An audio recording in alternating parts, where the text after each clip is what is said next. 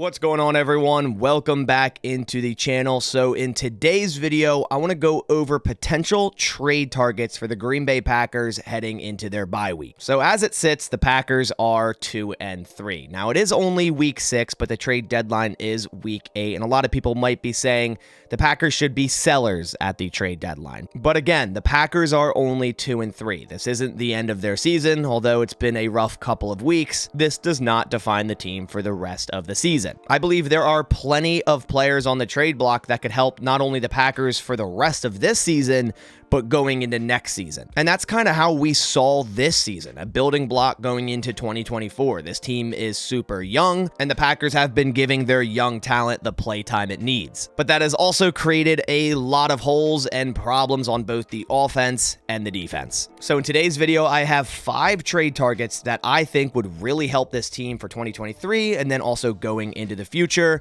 So stay tuned. Before we dive into the video, I want to give a big shout out to this season's sponsor of the channel, BetUS. BetUS is a leading online betting platform with a ton of different options such as baseball, basketball, and more importantly, NFL. BetUS is also available in all 50 states. I think BetUS is an awesome platform because they offer great reliability, security, and customer service. And signing up is very simple. Go down in the description, click the link, you'll be brought to the BetUS website. You simply click Bet Now, and in 3 easy steps, you'll have your account created. Personally, I really enjoy making player prop parlays, and with the Packers on a bye week, I actually just made one for the Thursday night game, Broncos versus Chiefs here, that could turn $20 into $145, which has Russell Wilson over 1.5 passing touchdowns, Marvin Mims over 19.5 receiving yards, and Jerick McKinnon under 9.5 rushing yards. There's a ton of different cool combinations you can do on every single game. So if you want to get in on the action and get a 125% deposit match, simply go down in the description,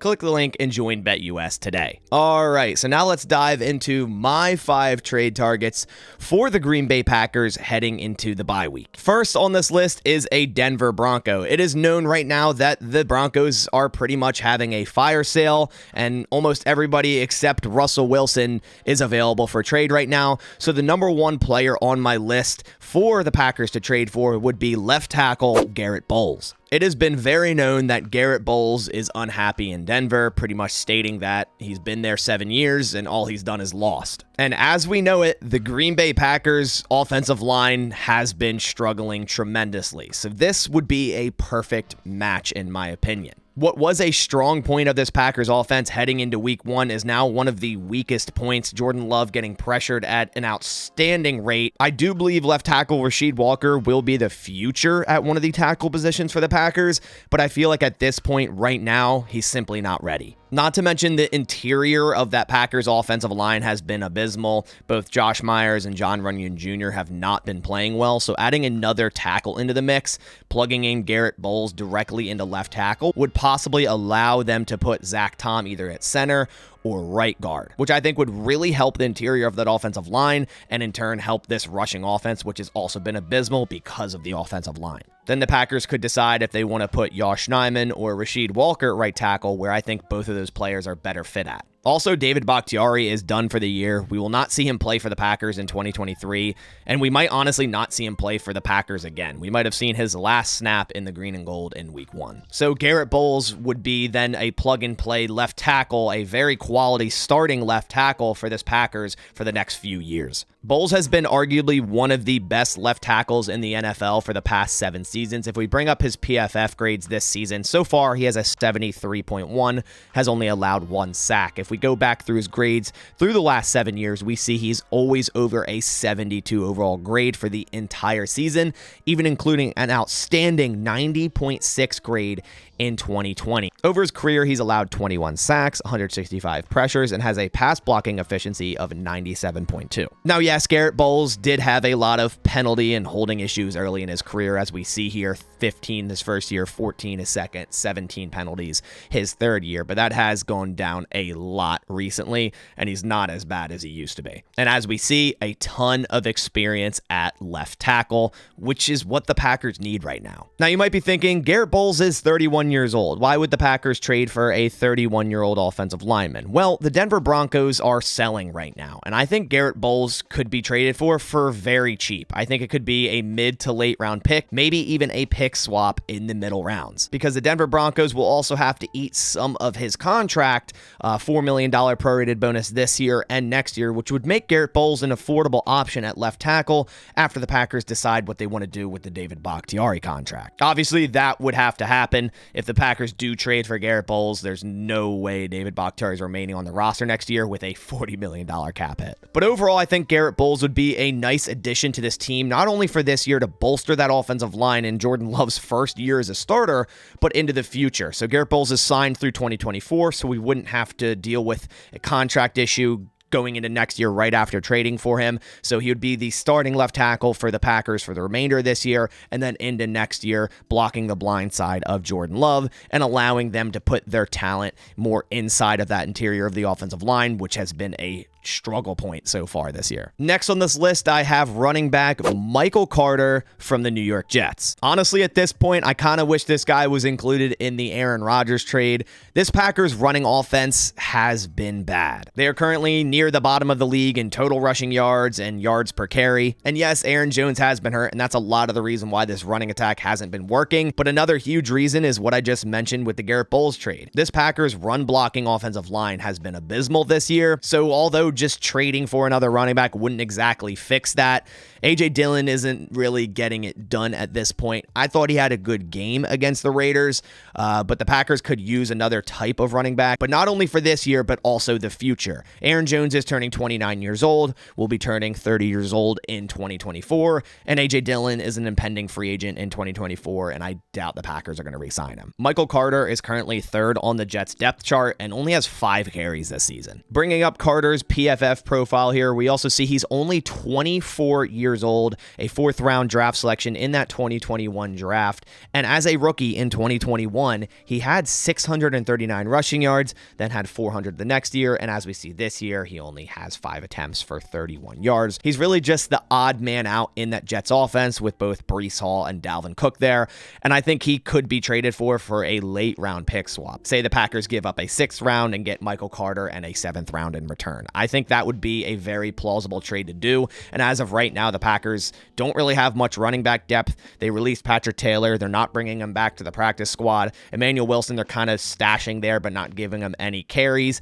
And if Aaron Jones isn't ready for this next week, the Packers are going to have to figure out that depth at running back. I hope Aaron Jones is ready for next week. And even if he is, I still think adding someone like Michael Carter into that room could give them a lot of versatility and just more talent in that room, which they desperately need. And as I stated, this wouldn't be only for 2023. Michael Carter is signed through 2024 and still in his rookie deal, so very cheap for 2024, a $1.2 million cap hit, where Aaron Jones has a cap hit of $17 million, and we don't really know at this point if the Packers are going to hold on to Aaron Jones, who really can't stay healthy right now. Next on this list is definitely a long shot, but is still someone that I would love to see the Packers go after, and that is safety Budda Baker from Arizona. Now, like I said, I don't see this one happening, and who knows if the Arizona Cardinals are even thinking about shopping Budda Baker. We saw he requested a trade earlier in the offseason, and as of right now, the Cardinals likely are selling for the right price, but would that price be too high for someone like Budda Baker? They did kind of just restructure his deal a little bit to give him more incentives, but then he injured his hamstring and was placed on IR, but he is eligible to return this next Monday, and therefore he could be traded. I think Budda Baker would be an amazing add to this Packers defense. Now, the safety room right now actually hasn't been playing that bad. Rudy Ford has had an awesome stretch of games. The last 3 games he's been excellent. Darnell Savage did go down with a calf injury in the last game. Now, Matt LaFleur said he expects him to hopefully be back for the next game after this bye week, but the Packers' uncertainty at safety extends farther than just this season. Both Rudy Ford and Darnell Savage are impending free agents in 2024. And I think adding someone like Budda Baker would give this defense the versatility they need. And if the Packers go a different route with a different defensive coordinator, that defensive offensive coordinator could really utilize Budda Baker in a very interesting way. And I think he could really help with this run defense that has been struggling so far this year and it has kind of been a problem for the past few years. Bringing up Baker's PFF profile, we see he's still only 27 years old, and going over his stats over the last 7 years, he's had a very solid PFF grade over the last 7 years. And more importantly, he's been very, very good in the run defense game. We see last year an 80.2 run defense grade, 2021 a little bit of a down year, but an 80.3 in 2020, an 81.4 in 2019, a 77.0 in 2018, and an 86.4 in 2017. He's also had a pretty solid tackle grade and decent coverage grade. Overall, they could use Budda Baker in a ton of different ways as a deep safety, in this star role in the nickel. They can put him in the box in certain situations. He's a lot of versatility, and I think would be an awesome piece for this Packers defense. Now, like I said, would the Cardinals be willing to trade him, and at what cost? I think Budda Baker would cost pretty high. I think it could be like a second or third round draft selection, maybe even also adding on a late round selection. But at this point, I think he would be worth it, adding him to this defense for not only this year and the future. Plus, the Packers do have 2 second-round picks right now. The next player on this list is a tight end, because right now, I feel like the Packers are really lacking a veteran tight end in that tight end room. So I have Colby Parkinson, tight end from Seattle. The Packers tight end room has been shaky. Now, I do see Luke Musgrave as the future at tight end. He's shown flashes, and I want the Packers to actually use him more. But where it kind of goes downhill is after Luke Musgrave. Tucker Kraft is simply not ready right now. Not saying he won't be in the next couple of years, but I think right now in 2023, it kind of has to be a redshirt year for Tucker Kraft. Josiah DeGuara has still not really shown up to do much. I mean, he's made flashes here and there, catch here and there, a good block here and there, but I feel like the Packers are missing that true blocking tight end like they had in Mercedes Lewis. Currently, Ben Sims is getting too many snaps in my opinion, and I think the Packers just need a veteran blocking tight end in that tight end room, and Colby Parkinson could be that. Right now, Parkinson is third on the Seattle depth chart and kind of the odd man out. And bringing up his profile here, we see he's still only 24 years old. He's 6'7", 251 pounds. This year so far, we can see his awesome pass block grade an 82.0, decent run block grade 63.5, and going over his grades over the past 4 years, we see that continues. An awesome pass blocking grade, an 82.0 this year, 71.3 last year, a 65.7 in 2021, and a 75.3 in 2020. He's also been a serviceable receiving option. He already has 87 yards this season. He had 336 yards last season with 2 touchdowns. I think Parkinson would be an awesome second or third tight end in this tight end room, would offer the Packers better opportunity in the run game due to him being able to block better than both Tucker Kraft, Josiah DeGuara, and Ben Sims. And although he is still young, he has a lot of experience, and he'd be a nice veteran add in this tight end room, and I think he could be traded for relatively cheap. The final player on my trade targets list for the Green Bay Packers is another running back, and that is Elijah Mitchell, running back from San Francisco. So I'm going to run over this one pretty quickly because we kind of already talked about everything when I talked about Michael Carter and the potential of trading for him. The Packers obviously have a need at running back right now and then also in 2024. And right now, Elijah Mitchell is the odd man out in San Francisco. He only has 16 carries this year. Their other running back, Jordan Mason, has the same amount of carries. And obviously, we know the 49ers are going to roll with Christian McCaffrey first and foremost. And I feel like Elijah Mitchell is a starter caliber type of running back, and he's kind of being buried away there in San Francisco.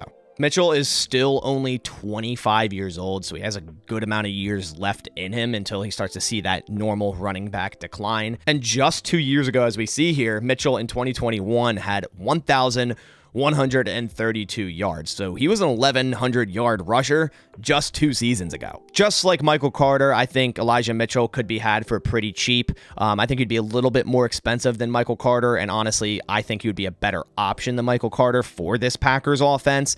But overall, I think the Packers could definitely trade for a younger type of running back to help out with this year and then into the future. So that does it for my 5 trade targets for the Green Bay Packers heading into the bye week. Let me know what your thoughts on these 5 guys are down in the comments below, and let me also know if you have other trade targets that you're thinking of that I didn't list here today. But that about does it for this video. I appreciate you guys watching. If you could please leave a like down below, it supports my channel a ton. But I'll catch you on the next one, and as always, go Pack Go.